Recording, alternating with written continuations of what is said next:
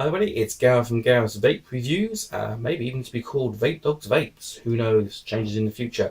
But today we are going to be looking at the e-Power 3 from our lovely friends over at cybersig.co.uk. We better have a look and see what's inside the box. Close up! And here we are, the close-up of the e-Power 3 from our very good friends over at cybersig.co.uk. If you want this is what you get, this nice tough box. We have some information at the bottom. It's pretty clear around the sides, and of course a picture of the device on the front. If you get the white one, you'll have a white picture. If you get the black one, you'll get a black picture. Pretty standard. There's only two colours available at the moment. Prize about the box. There we go. Just going to push that to one side. Inside you'll find your manual, some little plastic sleeves, which I'll just talk about in a minute, and of course your device as well.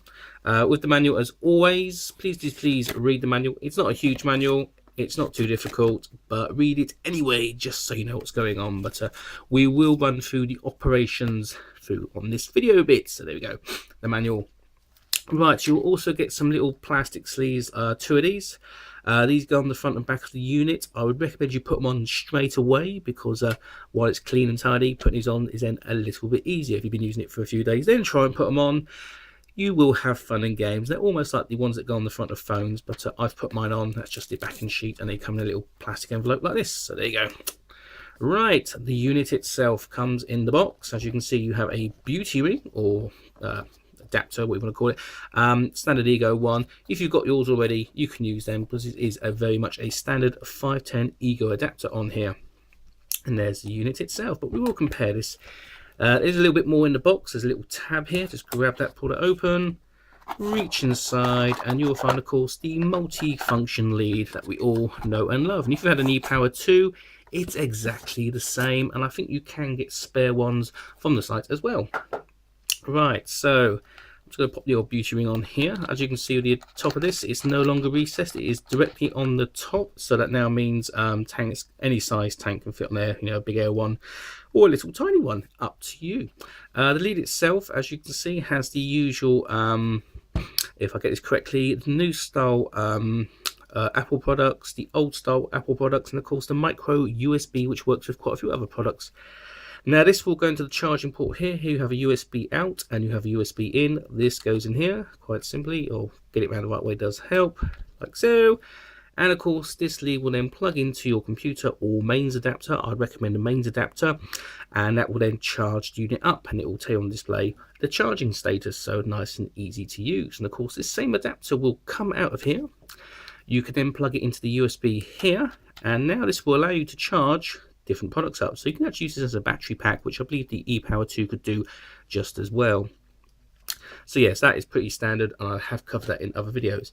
Just to give you guys a comparison here, here's the e-Power 2. As you can see, it is a little bit bigger. There is a bigger battery in here. It's a 3,600 mAh batteries in this one. I believe this one is a 220, so you've got obviously a lot more power there. And as you can see from the sizes, you know, it's not a huge size change, but it is significantly larger. But of course this does have a display, and again, you know, everything is there. And again, as you can see, these both have the two ports. So let's have a closer look at the device. Now you have a button here. If you press this, 1 2 3 4, there we go, you'll get the Caddy technology symbol, and boom, there we go. Now pressing the button at the moment will cause it to flash a few times, because there's not an atomizer, but you can now see the display there, you know, fairly clear. Everything there is visible. Your battery status, the amount of puff. I've had to reset mine, of course. The atomizer, which is blank, your voltage, and of course whether your USB charger is on and off. That has a selectable amperage as well, and of course you have your different modes here as well. So first of all, let's just put on the thing here, just so you can see. As soon as you screw this on, you should see, there we go, it is measuring the thing. So we now know that we have a 2.6 atomizer on here, so that will work with the variable wattage. Now using the modes on this, let's see if we can get this so we can see this. I'm just going to run through the display. Everything is done by the one button here. 1 2 3 is the magic number. We have voltage up, voltage down, working mode, smoking mode, which I think should be changed to vaping, the puff clear, the USB output, your standby time, and of course you're powering off the device completely. When you leave it like this for a few seconds, it will then select it. Now we can move our voltages up. You can push and hold for speed, and we can go all the way up to 6 volts. Bink, there we go. Push it again, it will round robin back down to 3. So I'm just going to whack this up back to 4.2. So that's the voltage up, which again it goes up and down. To the next mode, if that's going to clear thing, 1, 2, 3, we can do the voltage down, which does the same thing, but of course in reverse, because now we're moving the voltages down. Doop, doop, and again that will also round robin as well. Trying to get this, had a bit of trouble focusing here, I do apologise. 1, 2, 3. The next mode is the working mode. This will allow you to select voltage or wattage. There we go, currently on volts. Just click it to highlight it, let go of the button, and then it should select that one. And now we're into watts. One thing I have actually noticed is that when you're doing that, so if it's the focus, come on, focus. Yeah, focusing has been a bit of an issue today on this one. It will get there eventually. I think it's the white. 1, 2, 3. When you do the actual changeover, it will change that to wattage up, wattage down, and of course it does it in 0.5. I'm usually about 11 watts at the moment. There we go. So you can use the variable voltage or the variable wattage. It is up to you. So I'm having a bit of trouble focusing here. I'm just going to do, there you go. Right, 1, 2, 3. We have then the smoking mode. Now there's an auto mode and a manual mode. If I sit at the moment it's on manual, which means when I push and hold the button it will fire. Auto mode is quite good. This will actually give you an option to select how long it fires for. I've got it set mine to 7 seconds, but I'm going to change this all the way up to 2. That's it. Yeah, as you can see there, you can go to 10 seconds, which is the standard before the cutoff, or you can have 2 seconds to start with. I'm just going to set this to about 5 seconds. All right, and 5.5. What this will mean now is when I push the button, it will actually fire it without having to hold down the button for the predetermined time, which is pretty clever actually. So if you know you'll vape for about 6 seconds, you can set it for 6 seconds, and instead of pushing and holding the button, you just need to click it once, and it will fire that atomizer for you. And you can probably hear the pulse width modulation there as well. So that's a handy little mode. 3 quick presses and we can turn it off. So they call it smoking mode. I think they should change it to vaping mode, but I'm going to set that back to manual because I like to control my vaping thing. So there we go. Okay, so we're back to that now. 1, 2, 3, magic number. And again, we have the puff clear, so we can actually clear the puff counter. So if you want to work out how long a head lasts for, quite simply push it, it's cleared, now says 0. So, and again, if you don't want to worry about the puff mode thing, just ignore it. It's not going to stop you in any way getting into the modes. Now the USB output, this has a couple of extra settings. This determines how much amperage will come out of the socket. So it can be 1 amp, 1.5, 2 amp, or off. I've usually got mine set to off. So if you're not sure, leave it at the 1 amp. It will still charge up devices, but it may take a little bit longer for the devices to charge. I'd think if you're using something like an iPad or something like that, you'll probably need more amperage to do it. But if you're not sure, just leave it on 1 amp and it will do the job. Keep us. And we have, of course, our favourite, which is the standby time. There we go.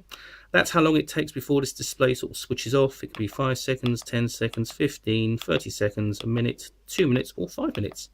I usually have mine on about 10 seconds. With the battery in here, I don't think it really makes that much difference. And that will basically just mean how quickly it is to, after pressing the button, this display comes on. That standby will actually just make it so this display turns off. But as soon as you press the button, like now, boom, there we go, and then fire. And as you press the button, it will actually show you how long you're pressing it for. So that's a good way of working out how long you vape for, and then you can use that in the auto mode and save yourself a bit of fun. So there we go, 1, 2, 3. And of course, the last mode, which is just off the screen, it requires one more press, boom, is the power off. And you just push that and leave it. It'll say, are you sure? Click it once more to say yes, leave it for a few seconds, and bye-bye. And now it's turned off. So there you go. So you can turn the unit off if you want to put it in your pocket, or, very simple to do. So there we go. That's the operations. That's pretty much all the close-up stuff. Let's get back to the main review. And there we go. This is what's inside the box.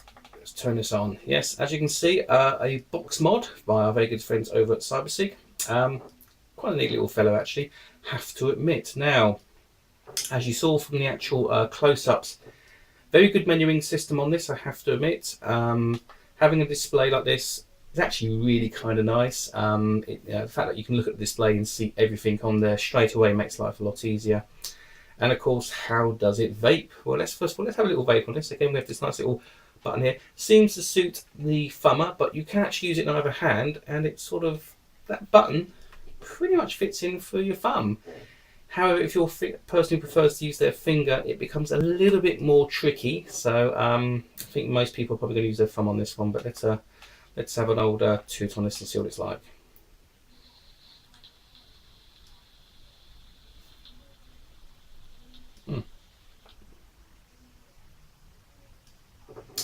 Certainly at 11 watts is pumping out plenty of flavour. I like the little display when it shows you your time.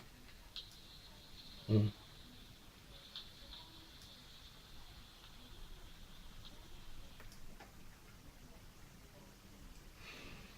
of course, with the Cybersig Pro Tank pumping out really, really good. Seems to work very well with single coils on this one. Again, it's just really quite hard to fault it because it's a very nice feeling. You know, the size, even though it's a little bit bigger than, say, let's grab this, obviously my favourite, which is the E-Power 2. You know, it's still, you know, it's not on like it's massive hand. I mean, I haven't got, well, I've got fairly big hands, not massive, but you know, on this it's still very comfortable to grip. The fact that you've only got one button to worry about is really, really nice. So let's quickly run through what this does. Okay, in this is actually a 3600 mAh battery built in. It's not changeable, but that's actually more than the MVP. It has an Ego 510 adapter, which no longer sits on the top, so size is no longer an issue. The display is actually an OLED display, which is nice and clear and has the full info in there straight from the get-go. There's no sort of having to go to different modes to look at stuff. As soon as you press the button, it's there. And a quick press you can do it, or as soon as you press it to vape it, it comes straight on. Really, really nice. There's two colours, black and white, available. This is the white one. The black one we had at Vape Fest just sold out. I would like to see the option, perhaps because we've got these clear plastic sticks, maybe some like funky design ones, so you could sort of change it. I know there's a thing called J-Wraps. Maybe a J-Wrap for this would be really nice. Or maybe just different colours available would be great. Now the volts is actually 3 to 6 volts, which is going to pretty much suit most people out there. And in terms of watts as well, you can go between 3 and 15. I would like to see it perhaps go to 20 watts, even though I don't actually use 20 watts myself. I think the furthest I go is about 12. I think some people out there might want a little bit more, but for the beginner who's not going to be too worried, actually, you know, the 3 to 15 is pretty good anyway, so I'm not going to moan about that. Now the auto vape mode, which is the mode I show where you press the button and it has a little timer and it will vape for 6 seconds, 5 seconds, whatever suits you. Really nice feature because it literally is just a case of click and go. So for some people that'd be quite useful. Some people like to have them more, I want to control it more, but that is quite a nice little option on vape. I haven't seen it on any devices yet. Well, not to me anyway. The ohms reading, I'm a little bit, not, it seems accurate enough, but I don't think it's that accurate, to be really honest. I mean, it's good enough for, you know, looking at the head, oh yeah, 2.6, but I think this is actually a 2.4 head on here, but I'm not, I don't know, the accuracy, I'm not quite sure on that, but it's probably good enough, to be honest with you. The USB output, the fact that it's actually selectable between 1 amp, 1.5 and 2 is handy. I think on this one, it's just preset to 1 amp, and as soon as you plug it in, it goes, but you can turn it off, so it doesn't have to be like on, but you do mean you've got to plug something in and then turn it on. I think the reason for the 1 amp is probably to do with different devices charging off, because it is a bigger battery. It can obviously charge perhaps a bigger unit such as an iPad mini or any other tablet, Samsung Galaxy tablet. And having that flexibility, I suppose, is handy. But if you're not sure what amperage your device is taking, keep it on the 1 amp, and then it just means that the unit's going to take longer to charge, but then you're safe. So just check that in the order. But that's something, to be honest with you, I wouldn't really use. I have used it once, but at least it's there for the emergency. The fact you can turn it off and not worry about it, even better. And of course, the other thing is it actually has a 4 GB flash drive built in, which quite shocked me, because I plugged it into the computer and it went, you have 3.7 gigabytes available. Even though it says 4 GB, it's only actually 3.7 available. It's the way the 1024 bits into bytes goes. But I mean, if you want to carry files around, great way of doing it, to be honest with you, especially using different computers. You can just plug in, charge it, and while you're charging it, you can pretend you're doing some work. Excellent. So yeah, not seen that either, but I do kind of like that. So basically, it's an E-Power 2, which has been given some steroids, a healthy diet, and a bit of extra work and that, and actually produced a very nice unit again. The corners are still a little bit on the sharp side, very similar to the older E-Power 2. This is a bit smoother now because it had quite a lot of use and it's still going strong. I use this roundabout. Beautiful device. But this one though, very much becoming my evening type vape because it's, just it's got a nice. I mean, the battery's on halfway, and I haven't charged it for over a week. And I'm only using it in the afternoons, and but it's a brilliant vape. No problems at all. Now let's see. Yeah, there seems to be a. I didn't see this in the manual. I haven't seen this in the spec, but there seems to be pulse width modulation because when I'm vaping, I can hear this sort of sound. I don't know if you can hear it. I'll try and see if you can get it on here. There's like in the back, there's like a sort of sound. So I think this has got pulse width modulation, which is fine. So for single coils like this one, it's really good.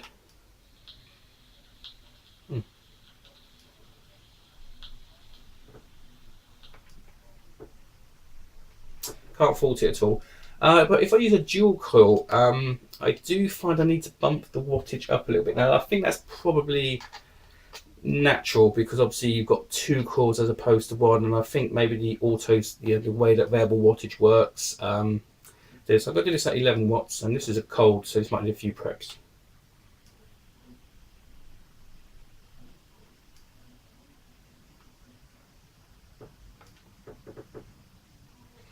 As you can see, the vape is a little bit wispy, so I'm going to have to set this. I've just gone past it. This is the only trouble with single button menus, is if you miss your mark, it's a bit of pain. I'm just going to bump this up to 12 watts, which I think I had this running quite nicely at 12 watts. Again, this is a cold atomizer. I haven't hardly used this at all, so we're at 12 watts now. We have to bump it up a watt.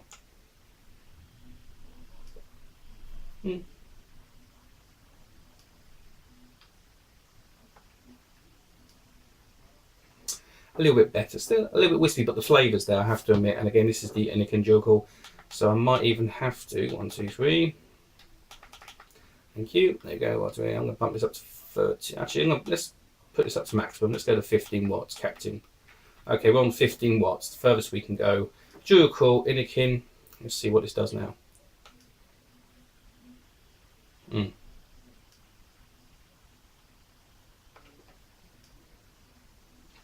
Much better. So yeah, single to dual, it's okay on.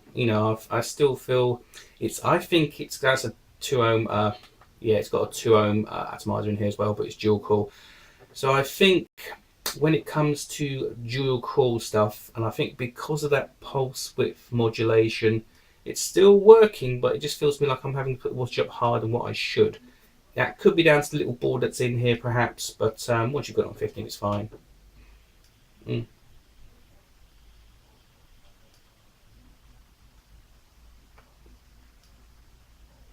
I also do know with the Anakin stuff, it tends to need a higher wattage or voltage anyway to vape, so that's fine. So it's not really a major problem, but just something to be aware of is that with single core stuff, it's not a problem. It works really well, but with dual core, it needs a little bit of help to bump it up. But again, I think it's that pulse width modulation that they're using in here. I think some of the old Anakins used to use it as well.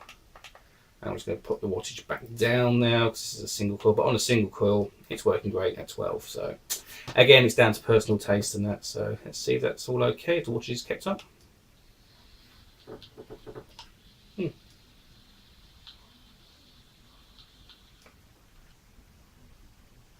Yeah, it fires a single coil absolutely fine. The build, really nice on this one. Again, it's very simple. It's CAD design. It feels quite solid, even though there is sort of plastic here.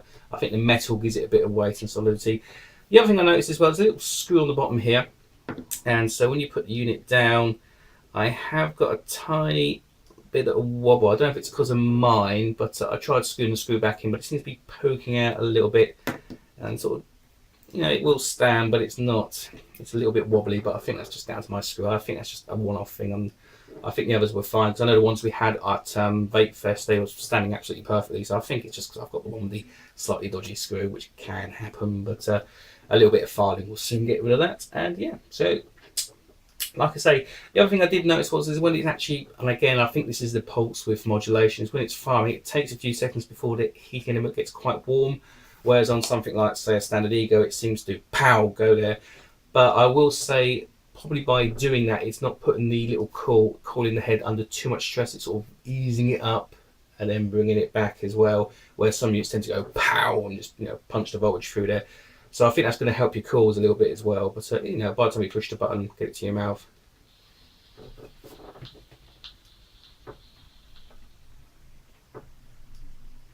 I did notice as well, when you take your finger off, it doesn't shut off straight away. There's still like a little bit of a, almost like a cool down bit. So I think it's sort of doing that, as opposed to going bang, bang, it's going woo, like that. So that's how I think it's fine, which is fine for me. Doesn't affect the flavour or taste or anything. But yeah, lovely little unit, cracking little vape. It seems to be coping with pretty much anything on there I'd like. In terms of dislikes, I haven't really got any, to be honest with you. It vapes, I push the button, it vapes, I've got the display, I've got the information. What more do I need? So yeah, another great little one there from our good friends over at cybersig.co.uk. If you can click downstairs and use my affiliate link, I really appreciate that if you want to check this out. And how much is it? £48, which is actually not bad. I mean, this unit's got a bigger power than the MVP. It has probably a little bit, I think it's got a bit more higher wattage and voltage than the MVP. So that's going to be pretty useful. It will pretty much vape anything you put on it from, well, because it's got the Ego and 510. It will work fine. Like I say, anything I do find is because that pulse width modulation, I think dual cools are struggling a bit. But I would admit that the Aero tanks and the Kanga tanks work fine. It just really just seems to be the old Inniken tank, which I know that our friends sell over at CyberSig as well. It just seems to be, it works, but I've got to push it a little bit more to get a really nice vape. But once it's vaping fine, and because of the big battery, it doesn't make any difference. So we're back on 12.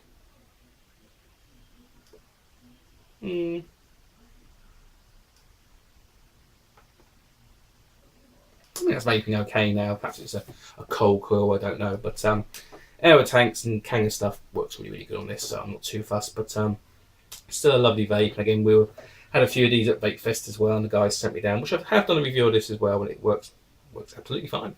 Can't complain. So then, guys, thanks for watching the review video. I will catch you next time on the next review, and until then, vape on, vape safe, and catch you next time. Have fun. Hi, if you enjoyed watching this video, please go and check me out over at www.garethwitty.co.uk, where you'll find my blog, videos, and all the stuff that I do. Thanks for watching. Catch you on the next video. Bye for now.